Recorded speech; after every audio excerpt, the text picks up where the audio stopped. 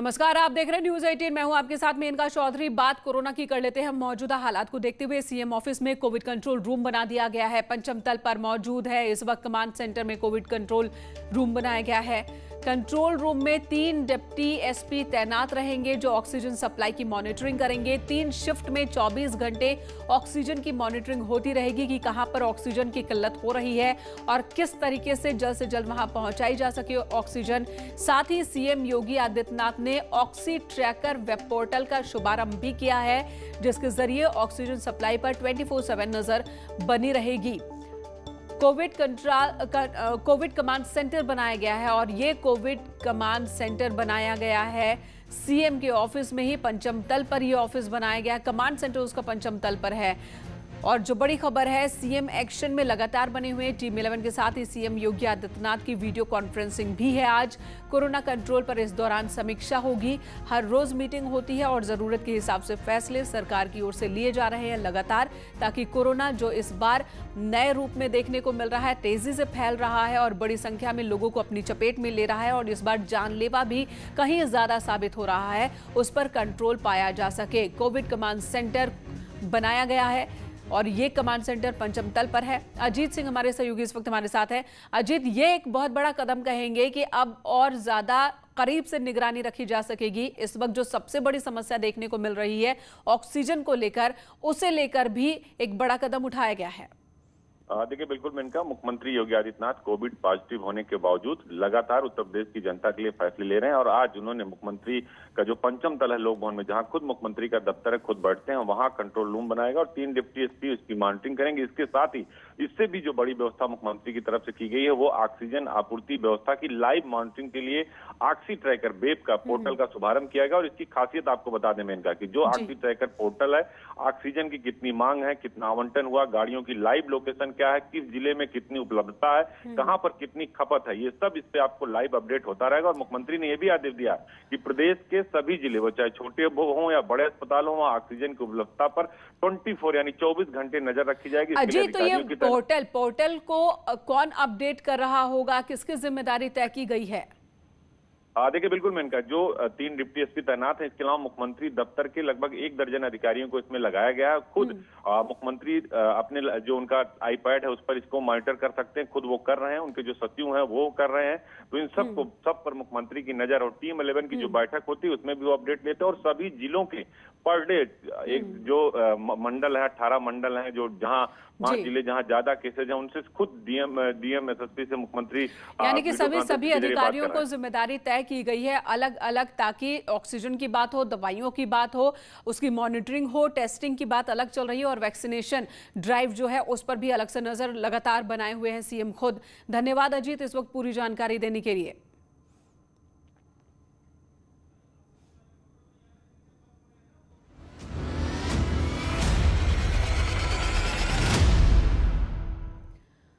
और इसी बीच जो अच्छी खबर है वो ये कि बोकारो से जो चली थी ऑक्सीजन स्पेशल ट्रेन वो लखनऊ पहुंच गई।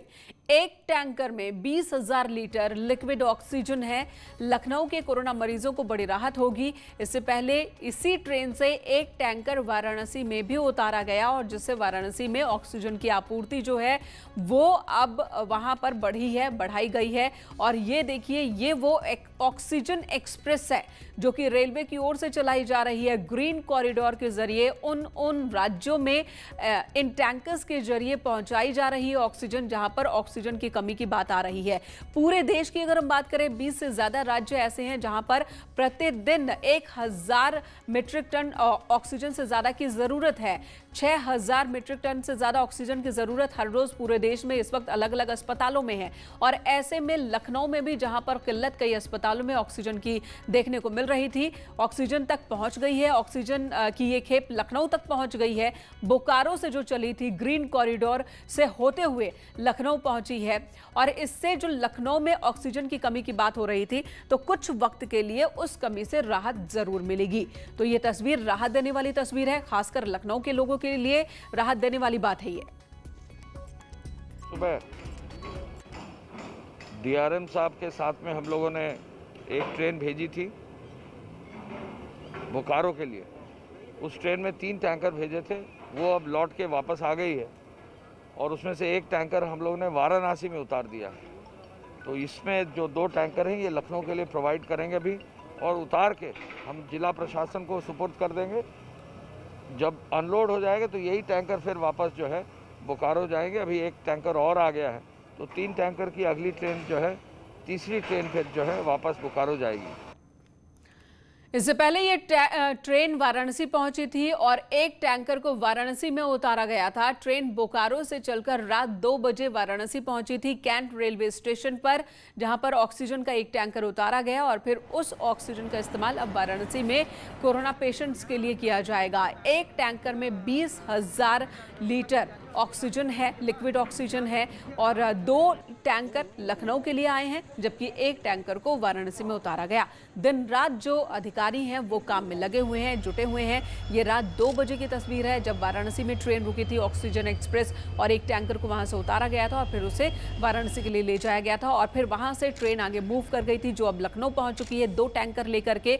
और यहाँ पर भी टैंकर से ऑक्सीजन जो है वो प्लांट्स में डाले जा रहे हैं, और जिसके बाद जब ये टैंकर खाली हो जाएगा तो दोबारा ये ट्रेन बोकारो के लिए रवाना हो जाएगी और वहां से फिर दूसरी जगह के लिए ऑक्सीजन की सप्लाई होगी।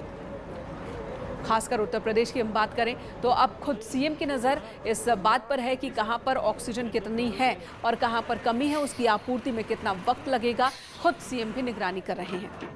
ये एक लिक्विड ऑक्सीजन का टैंकर यहाँ पे आ चुका है और अब इसको जो है पुलिस और मजिस्ट्रेट की निगरानी में रामनगर में जो हमारा लिक्विड गैस से सिलेंडर, ऑक्सीजन सिलेंडर भरने का प्लांट है, वहाँ पे इसको पहुँचाया जा रहा है, जहाँ से कि उसको रिफिलिंग कर करके विभिन्न हॉस्पिटलों में इसकी सप्लाई की जाएगी।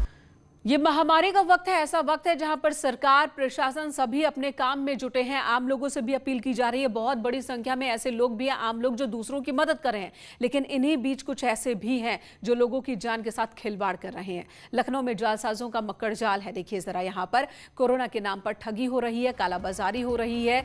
लखनऊ के कई इलाकों में पुलिस ने रेमडेसिविर इंजेक्शन और जरूरी दवाओं की कालाबाजारी का खुलासा किया। इतना ही नहीं, नकली इंजेक्शन बेचने वाले भी पकड़े जा रहे हैं। हैरानी की बात यह है कि इस कालाबाजारी में डॉक्टर से लेकर पैरामेडिकल स्टाफ तक शामिल हैं। इस वक्त ऋषभ मणि त्रिपाठी लखनऊ से हमारे साथ जुड़ गए हैं। ऋषभ, एनएसए लगाया जा रहा है, भारी तादाद में ऐसे लोग पकड़े जा रहे हैं, फिर भी कालाबाजारी रुक नहीं रही है।